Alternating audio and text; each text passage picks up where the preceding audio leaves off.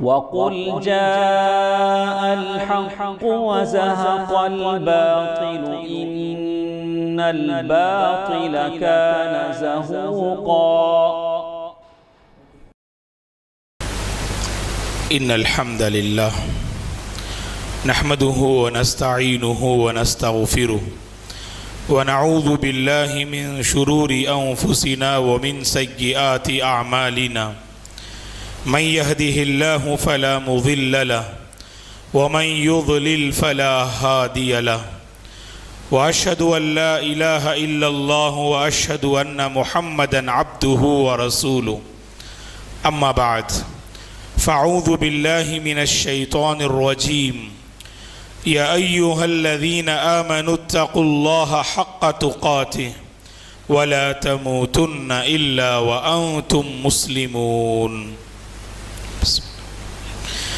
يا أيها الناس اتقوا ربكم الذي خلقكم من نفس واحدة وخلق منها زوجها وبث منهما رجالا كثيرا ونساء واتقوا الله الذي تساءلون به والأرحام إن الله كان عليكم رقيبا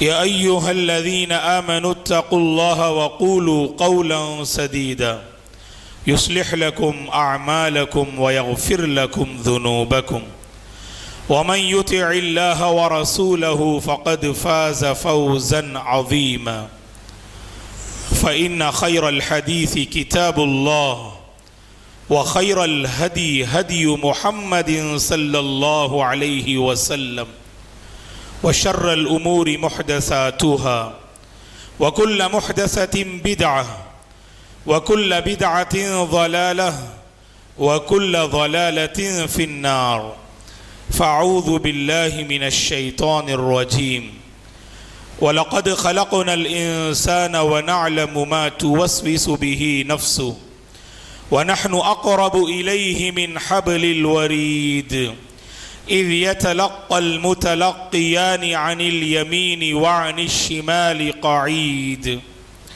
ما يلفظ من قول إلا لديه رقيب عتيد وجاءت سكرة الموت بالحق ذلك ما كنت منه تحيد ونفخ في الصور ذلك يوم الوعيد وجاءت كل نفس معها سائق وشهيد لقد كنت في غفلة من هذا فكشفنا عنك غطاءك فبصرك اليوم حديد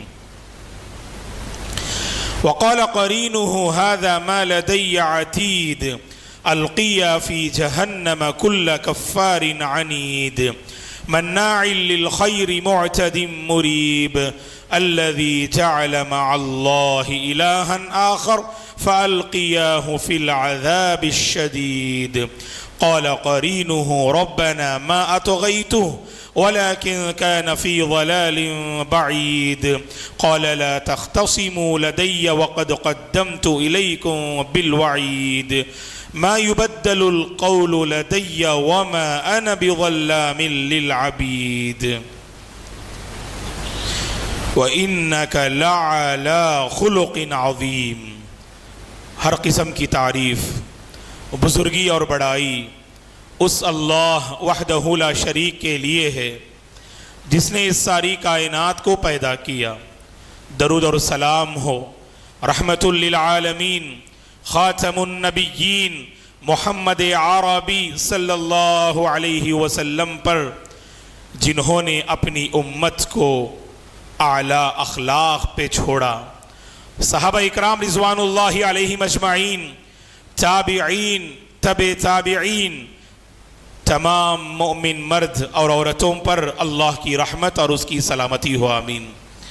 محترم بزرگوں، نوجوانوں، عزیز بچوں اور قابل احترام میری ماں اور بہنوں، دین اسلام کی نمایاں خوبی یہ ہے کہ وہ اپنے ماننے والوں کو با ادب اور با اخلاق دیکھنا چاہتا ہے. اعلیٰ اخلاق، حسن کردار، اچھے آداب اور اچھے اخلاق کی پاسداری شریعت کی بنیادی تعلیمات میں سے ایک اہم تعلیم ہے۔ مسلمان کی پہچان اس کے اچھے اخلاق سے ہوتی ہے۔ مسلم سوسائٹی کی پہچان اس کے حسن کردار سے ہوتی ہے، کیونکہ اخلاق سے ہم اسلام کا تعارف کراتے ہیں۔ اپنے اخلاق سے ہم لوگوں کے دلوں میں مقام بناتے ہیں۔ اخلاق سے ہم ہر مشکل مسئلہ حل کر سکتے ہیں۔ اخلاق سے ہم سوسائٹی کو امن و شانتی کی راہ دکھا سکتے ہیں۔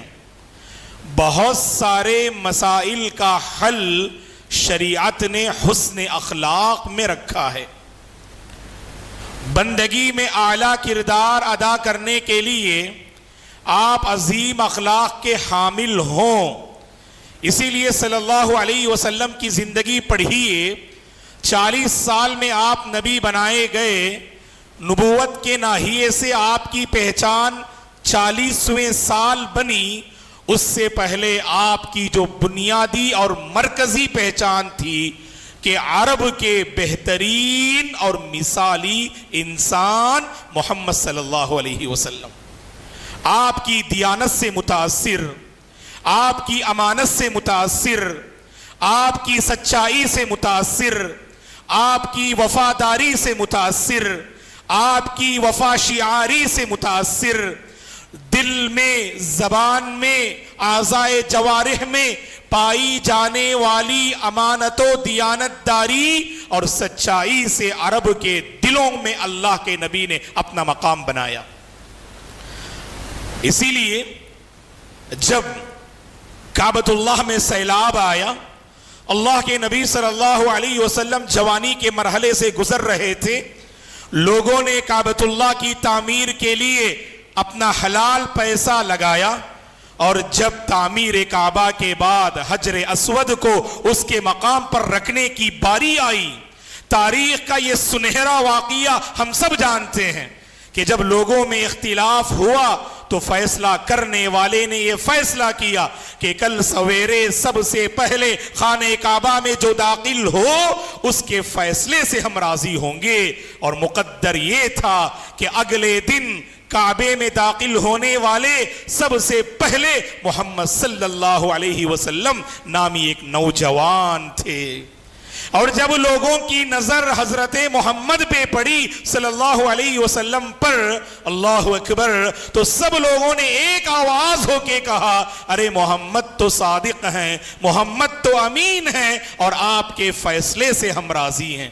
صفا کی پہاڑی پر نبی بنائے جانے کے بعد سری دعوت کے مرحلے سے فارغ ہو کر جب اللہ کا حکم آیا، وَأَنذِرْ عَشِيرَتَكَ الْأَقْرَبِينَ، اے نبی آپ اپنے قریبی رشتہ داروں کو ڈرائیے، تو سب سے پہلے آپ نے اپنے خاندان والوں کو صفا کی پہاڑی پہ جمع کیا، اور سب لوگوں کے سامنے آپ نے اپنی پہچان اور اپنی شناخت کی پوچھی، تو سب لوگوں نے ایک آواز ہو کے کہا، ما جربنا علیک کذبا یا محمد، اے محمد تم نے ہمارے مابین 40 سالہ زندگی بسر کی، اس 40 سالہ زندگی میں کبھی ہم نے تم میں کوئی برا اخلاق نہیں دیکھا، جھوٹ کی کوئی بات ہم نے تم میں آزمائی نہیں۔ 40 سالہ زندگی ہمارے نبی کی ایک کھلی کتاب کی شکل میں موجود تھی۔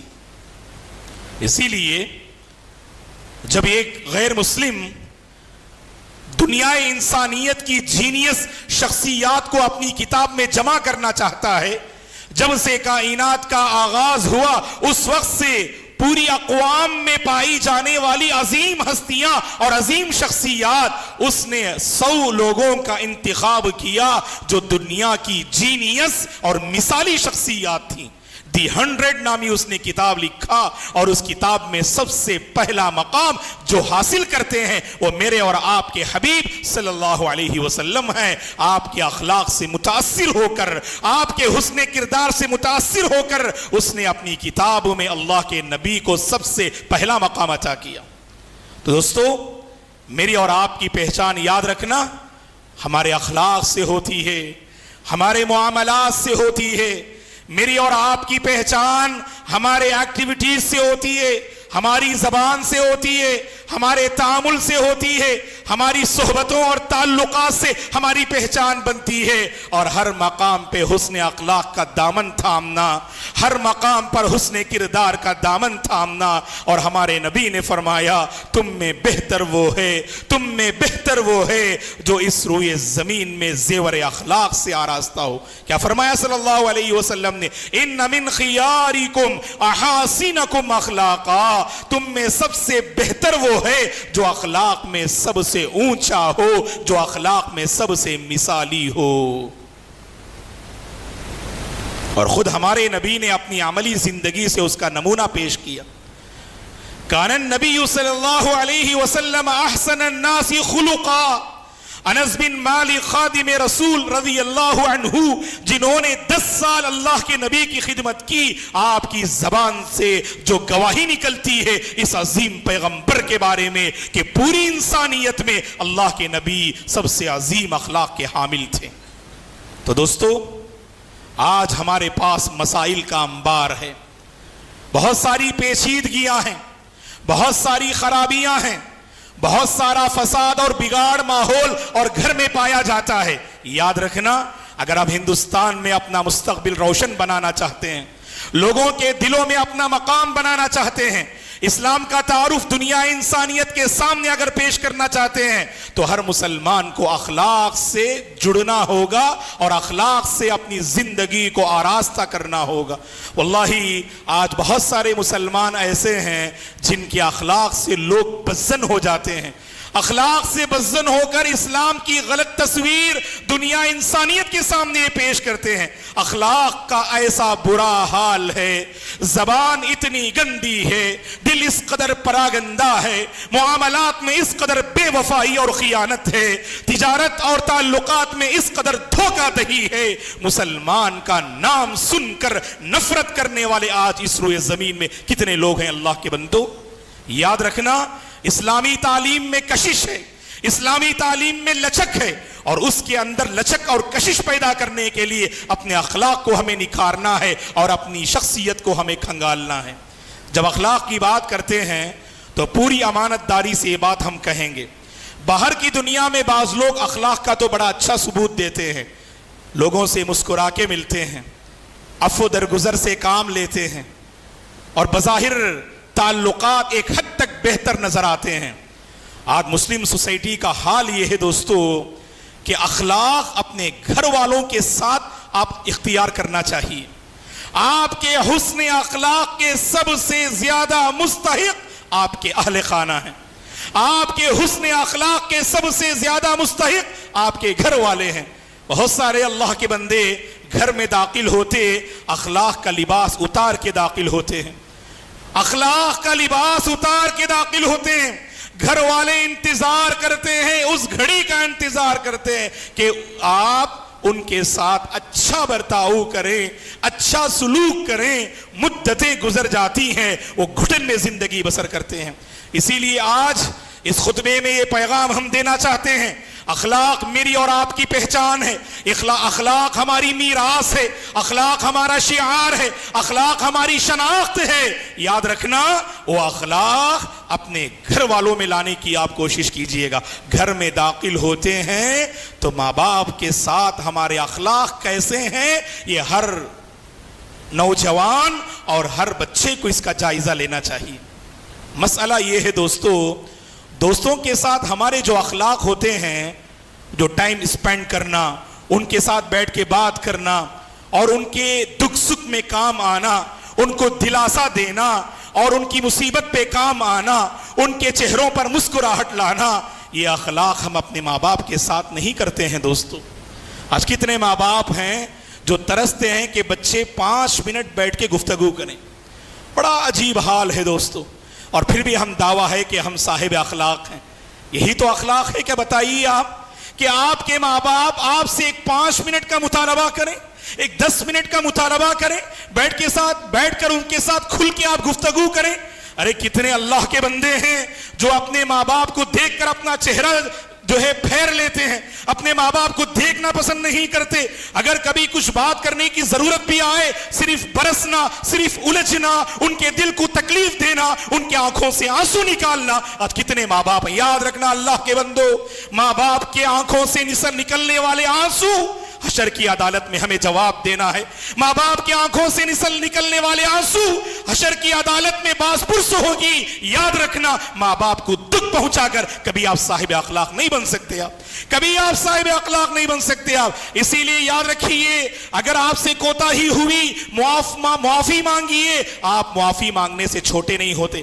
بڑا پرابلم کیا ہے معلوم؟ بچوں کی غلطی ہوتی ہے، بعض ماں باپ بڑے دکھ سے کہتے ہیں مولانا میرے بیٹے سے بات کر کے 3 سال ہو گئے، میرے بیٹے سے بات کر کے ایک مدت ہو گئی، کیوں بات نہیں کرتے ہیں؟ ماضی میں کبھی ڈانٹا تھا، ماضی میں کبھی تربیت کرنے کی کوشش کی تھی، آپ کی غلطی پر انہوں نے گرفت کرنے کی کوشش کی، آپ نے اپنا دشمن سمجھ لیا اور کبھی ان کا چہرہ دیکھنا گوارا نہ کیا، اور اس حدیث کو آپ بھول گئے، اس حدیث کو آپ بھول گئے، رضا اللہ فی رضا الوالدین وسخط اللہ فی سخط الوالدین۔ ماں باپ راضی تو اللہ راضی، ماں باپ ناراض تو اللہ بھی ناراض۔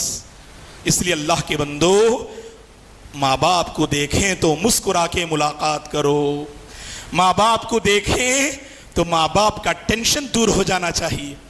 بچوں کے اخلاق اتنے حسین ہو، اتنے خوشگوار ہو کہ آج ماں باپ بچوں کو دیکھیں نا ان کے کلیجے کو ٹھنڈک پہنچے، ان کی آنکھوں کو ٹھنڈک پہنچے۔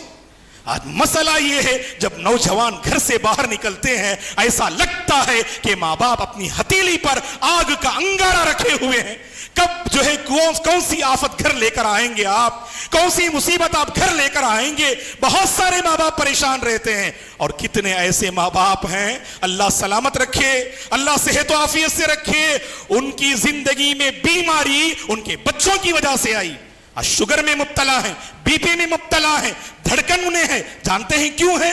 بچوں کی وجہ سے۔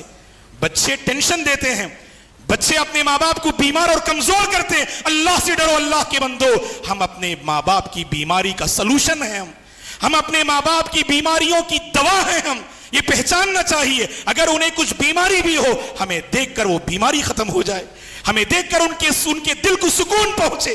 ایسا کردار اپنائیے، ایسے اخلاق اپنائیے۔ باہر کی زندگی میں بھی ہمارے اخلاق اتنے اونچے ہوں، آپ کے امی سے آپ کے ابو سے لوگ کہیں تو بیٹا ہو تو آپ کے بچے کی طرح ہو، اللہ اکبر، بیٹا ہو تو آپ کے بچے کی طرح ہو۔ جب اس وقت ماں باپ کو جو نعمت، جو ٹھنڈک جو پہنچتی ہے نا دوستو، دنیا کی کوئی طاقت وہ ٹھنڈک نہیں دے سکتی ہے، دنیا کی کوئی طاقت وہ ٹھنڈک نہیں دے سکتی ہے۔ لیکن آج مسئلہ کیا ہے؟ جب ہمارے ماں باپ باہر نکلتے ہیں شکایتوں کا انبار کھڑا کر دیتے ہیں، لوگ شکایتوں کا انبار کھڑا کر دیتے ہیں، وقت کو برباد کرنے والے، لوگوں کو تکلیف دینے والے، گندی زبان استعمال کرنے والے، غلط صحبتوں میں مبتلا، جب ماں باپ کو خبر ملتی ہے واللہ ان کی ساری نعمتیں دفن ہو کر رہ جاتی ہیں، ان کا آرام زمین میں دفن ہو جاتا ہے، وہیں سے وہ بیمار ہونے لگتے ہیں، پریشان ہونے لگتے ہیں۔ یاد رکھنا اللہ کے بندو، ہمارا اخلاق اتنا اونچا ہونا چاہیے، ہمارے ماں باپ جب بھی نام سنیں ہمارا، جب بھی ہمیں دیکھیں، ان کے دل کو اور کلیجے کو ٹھنڈک پہنچنی چاہیے۔ ایسی زندگی گزارو، اللہ آپ تمام پر رحم و کرم کا معاملہ فرمائے۔ چلے گھر میں داخل ہوتے ہیں، ایک طرف ماں باپ کا معاملہ ہم نے ذکر کیا، دوسری جانب شوہر بیوی کے ساتھ اچھے اخلاق سے پیش آئے۔ قرآن میں اللہ نے کیا کہا؟ سورہ نساء پڑھیے گا، بڑی عظیم آیت ہے، ہر شوہر کو اس آیت میں بڑا عظیم پیغام ہے۔ وَعَاشِرُوهُنَّ بِالْمَعْرُوفِ، کامیاب شوہر وہ ہے جو اپنی بیوی کی فیلنگ کو سمجھے، جو اپنی بیوی کے جذبات کو سمجھے، جو اپنی بیوی کے ساتھ انسانیت کا معاملہ کرے، رحم و کرم کا معاملہ کرے۔ یہ انسانیت، یہ رحم و کرم، یہ عفو درگزر اخلاق کے بہترین ٹاپکس ہیں، اخلاق کے بہترین چیپٹرز ہیں۔ آج ہم نے اپنی بیویوں کے ساتھ اس کو نظر انداز کر دیا۔ صبح سے شام تک بیوی اپنے شوہر کا انتظار کرتی ہے، اس لیے نہیں آپ گھر میں داخل ہو کر قیامت قائم کر دیں، گھر میں داخل ہو کر اسے اور پریشان کر دیں. وہ محبت کی گھڑی کا انتظار کرتی ہے, وہ سکون کی گھڑی کا انتظار کرتی ہے. ہر عورت حقیقی محبت اپنے شوہر میں پانا چاہتی ہے. ہر عورت حقیقی سکون اپنے شوہر میں دیکھنا چاہتی ہے. اس لیے اللہ کے بندو, آپ کے 1000 ٹینشن سہی, آپ کے 1000 مسائل سہی, گھر میں داخل ہوں, مسکراہٹ کے ساتھ اپنی بیوی سے ملاقات کیجیے. واللہ ایسے آپ کو سلوشن ملیں گے, آپ کی محترمہ سے باہر کی زندگی کے ٹینشن بھی ختم ہو جائیں گے. میں تو کہوں گا اللہ کے واسطے وہ ریل شیئر مت کرو, وہ ویڈیو شیئر مت کیجئے گا. آج بڑا پرابلم ہے, سوشل میڈیا کی بڑی مکاری ہے. آج ہمارے موبائل میں ایسے ویڈیوز ہیں, ہمارے نوجوانوں کو پوچھئے بربادی کی شروعات کب ہوتی ہے. بہت سارے نوجوانوں کے ذہن میں جو ٹاپک آئے گا بربادی کے سلسلے میں شادی کا ٹاپک ہے. بربادی کی شروعات مولانا شادی سے ہوتی ہے. اللہ کے بندو, حقیقی سکون کی شروعات شادی سے ہوتی ہے. حقیقی سکون کا سفر شادی سے شروع ہوتا ہے. شرط یہ ہے دونوں ایک دوسرے کے لیے وفادار ہوں, دونوں ایک دوسرے کے لیے بااخلاق ہوں, دونوں ایک دوسرے کے لیے بے مثال ہوں, دونوں ایک دوسرے پر سچی محبت نچھاور کرے. واللہ وہ زندگی جنت نما بن جاتی ہے, وہ زندگی جنت نما بن جاتی ہے. سوشل میڈیا نے کہا شادی خانہ بربادی, اسلام کہتا ہے شادی خانہ آبادی. ہمارے نبی نے اپنے پرابلم کا سلوشن کہاں تلاش کیا؟ آپ جانتے ہیں, مشہور واقعہ ہے, علماء کی زبانی آپ نے سنا ہے. ہمارے نبی پر جب پہلی وحی نازل ہوئی, اللہ کے نبی کی پریشانی کیا تھی؟ ایسا لگ رہا تھا کہ آپ سے آپ کی روح پرواز کر جائے گی, آپ سے آپ کی جان چلی جائے گی. جان لیوا مصیبت, جان لیوا آفت. اللہ کے نبی نے اس آفت کا سلوشن اپنی بیوی میں تلاش کیا. فوری طور پر گھر جاتے ہیں, ماں خدیجہ سے کہتے ہیں زملونی زملونی. ماں خدیجہ سے آپ کہتے ہیں مجھ پہ چادر اڑا دو, مجھ پہ چادر اڑا دو. اللہ اکبر, کیا نیک خاتون تھی وہ, کیا مثالی بیوی تھی وہ. ماں خدیجہ نے اللہ کے نبی سے یہ سوال نہیں کیا اے اللہ کے نبی بتاؤ تو صحیح کیا ٹینشن ہے, اے محمد بتاؤ تو صحیح کیا پرابلم. نہیں, نیک خاتون حالت کو سمجھتی ہے, سچویشن کو سمجھتی ہے اور اس کے حساب سے ڈیل کرتی ہے. یہاں پر دیکھیے, اگر شوہر اپنی بیوی سے کہے باہر کی زندگی میں پریشان, باہر کی زندگی میں مصیبت میں مبتلا, سکون چاہتے ہوئے گھر میں داخل ہوتے ہیں, رحمت چاہتے ہوئے گھر میں داخل ہوتے ہیں. نیک خاتون اپنے شوہر کے جذبات کو سمجھتے ہوئے فوری طور پر ان سے الجھنا نہیں, شکایات کا انبار ان کے سامنے پیش کرنا نہیں. اگر شوہر نے چائے کا مطالبہ کیا, نیک خاتون پہلی فرصت میں چائے دے دے. یہ نہ پوچھے بتاؤ تو صحیح کہ درد سر ہے تو کیوں درد سر ہے, اور زیادہ درد سر کو بڑھانے کا سامان فراہم مت کیجئے گا. اللہ کی بندیوں, نیک خاتون وہ ہے جو سچویشن کو سمجھتی ہے, جیسا کہ ماں خدیجہ کا کردار تھا. تو حسن اخلاق دونوں میں ہونا چاہیے.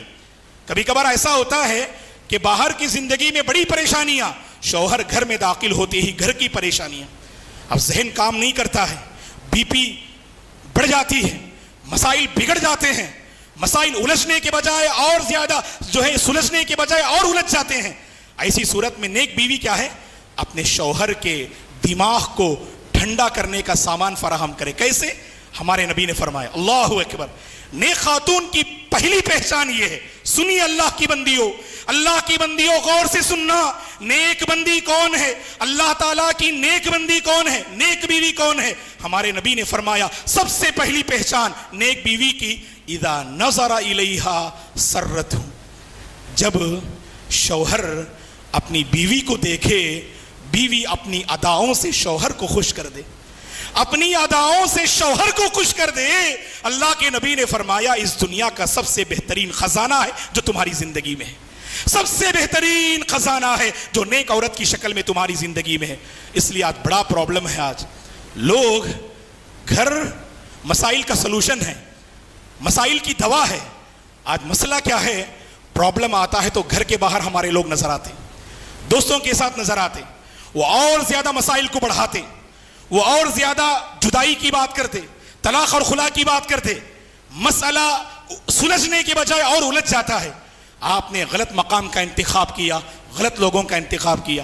چار دیواری میں رہتے اللہ دونوں کے درمیان الفت,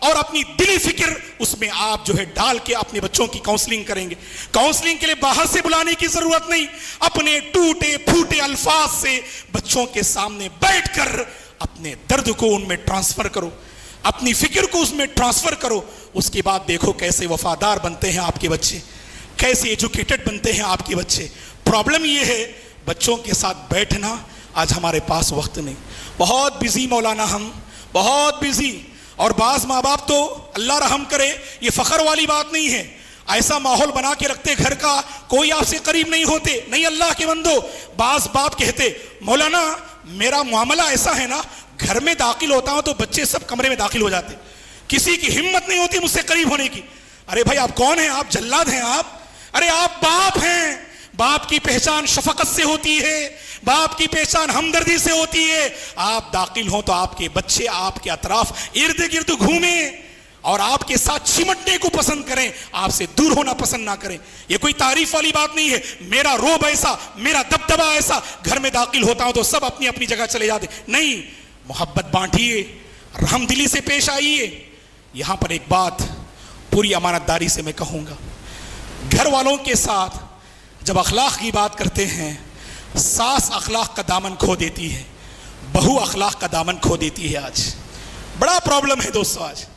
آج آپ پوچھئے ہندوستان میں سب سے پیچیدہ نظام کون سا ہے, پیچیدہ سسٹم کون سا ہے؟ سسرال کا سسٹم بہت پیچیدہ ہے. واللہ معاف کرنا, میں کسی کو دکھ پہنچانے کے لیے نہیں کہہ رہا ہوں. آج بہت سارے لوگوں کی زندگیاں ایسی گزر رہی ہیں. ہماری بہت ساری بہنیں سسرال میں گھٹن اور قبر کی زندگی گزار رہی ہیں.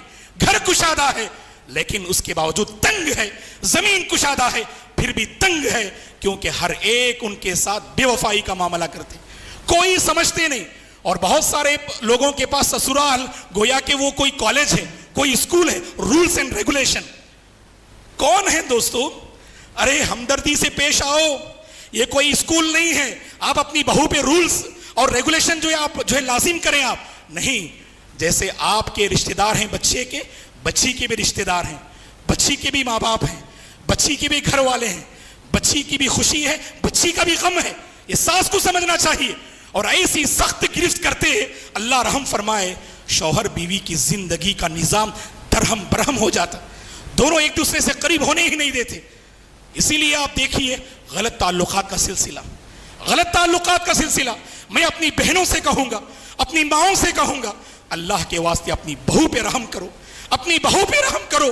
اللہ کے نبی حجۃ الوداع میں کیا فرمائے؟ اتقوا اللہ فی النساء, عورتوں کے سلسلے میں, عورتوں کے سلسلے میں, بیویوں کے سلسلے میں اللہ سے ڈرنا. تم نے اپنے حفظ و امان میں ان کو لیا ہے, اللہ کی امانت ہیں, ان کے ساتھ خیانت نہ کرنا, ان کے ساتھ بے وفائی نہ کرنا. اس لیے اللہ کے بندو پہچانیے اپنے گھر والوں کو, ان کو کچھ آزادی دیجیے, ان پر رحم کا معاملہ کیجیے, ان کی فیلنگ کو سمجھیے. اور شوہر کی جو بہنیں ہوتی ہیں جنہیں ننند کہتے ہیں, یہ بھی معاملات کو خراب کر دیتی ہیں. خود عورت ہیں لیکن عورت کی فیلنگ کو سمجھتی نہیں. اپنے بھائی کی بیوی کو تنگ کرنا, پریشان کرنا, ستانا, یہی ان کا معاملہ ہوتا ہے. اگر بھائی نے اپنی بیوی پر محبت کو ظاہر کیا, اگر کسی وجہ سے گھر والوں کو اطلاع مل جائے, وہاں قیامت قائم ہو جاتی ہے.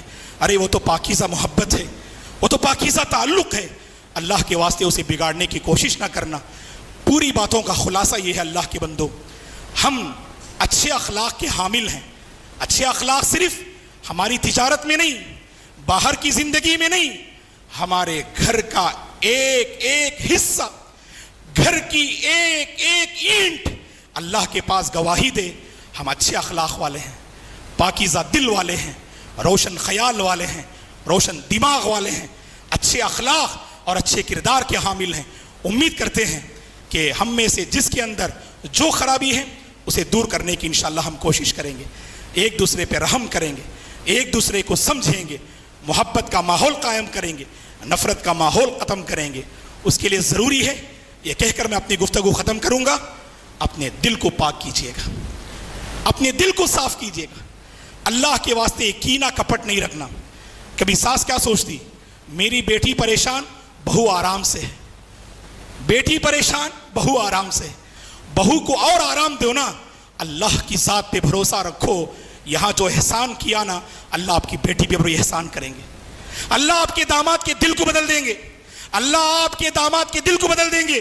اگر آپ نے اپنی بہو پہ رحم کیا، یہاں تو بڑی سخت پکڑ کرتے ہیں کہ میری بیٹی پریشان، میرا بیٹا تو اپنی بیوی کو رانی کی طرح رکھا ہے، ہر قسم کا آرام دیتا ہے۔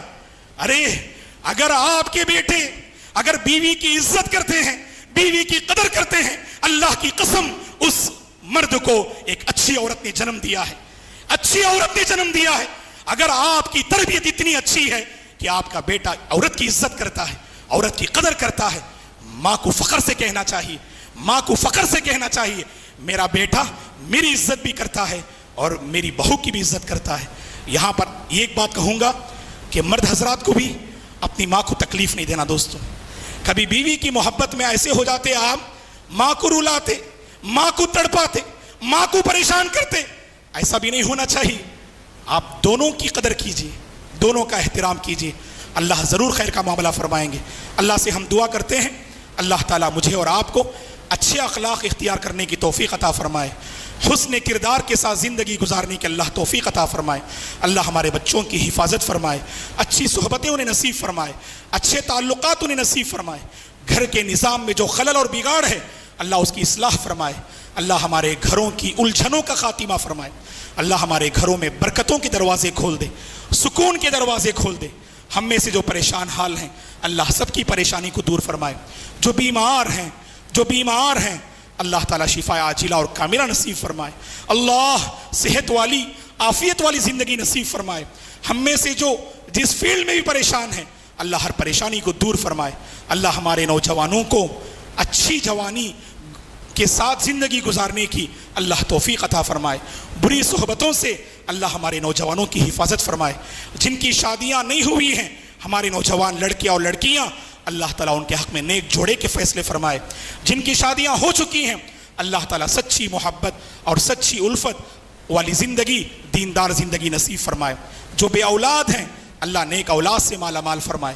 جن کو اللہ نے بچوں سے نوازا ہے اللہ ہمارے بچوں کو نیک بنا دے، دیندار بنا دے، پرہیزگار اور متقی بنا دے، ماں باپ کا فرما بردار بنا دے۔ اللہ ہم سب کو ہر فتنے سے محفوظ رکھے، ایمان پر باقی رکھے اور ایمان پر خاتمہ نصیب فرمائے۔ آمین۔ اقول قولی هذا واستغفر الله لي ولكم ولسائر المسلمين من كل ذنب فاستغفروه انه الغفور الرحيم۔ ان الحمد لله نحمده ونستعينه ونستغفره ونعوذ بالله من شرور انفسنا ومن سيئات اعمالنا، من يهده الله فلا مضل له ومن يضلل فلا هادي له، واشهد ان لا اله الا الله واشهد ان محمدا عبده ورسوله، اما بعد فاعوذ بالله من الشيطان الرجيم۔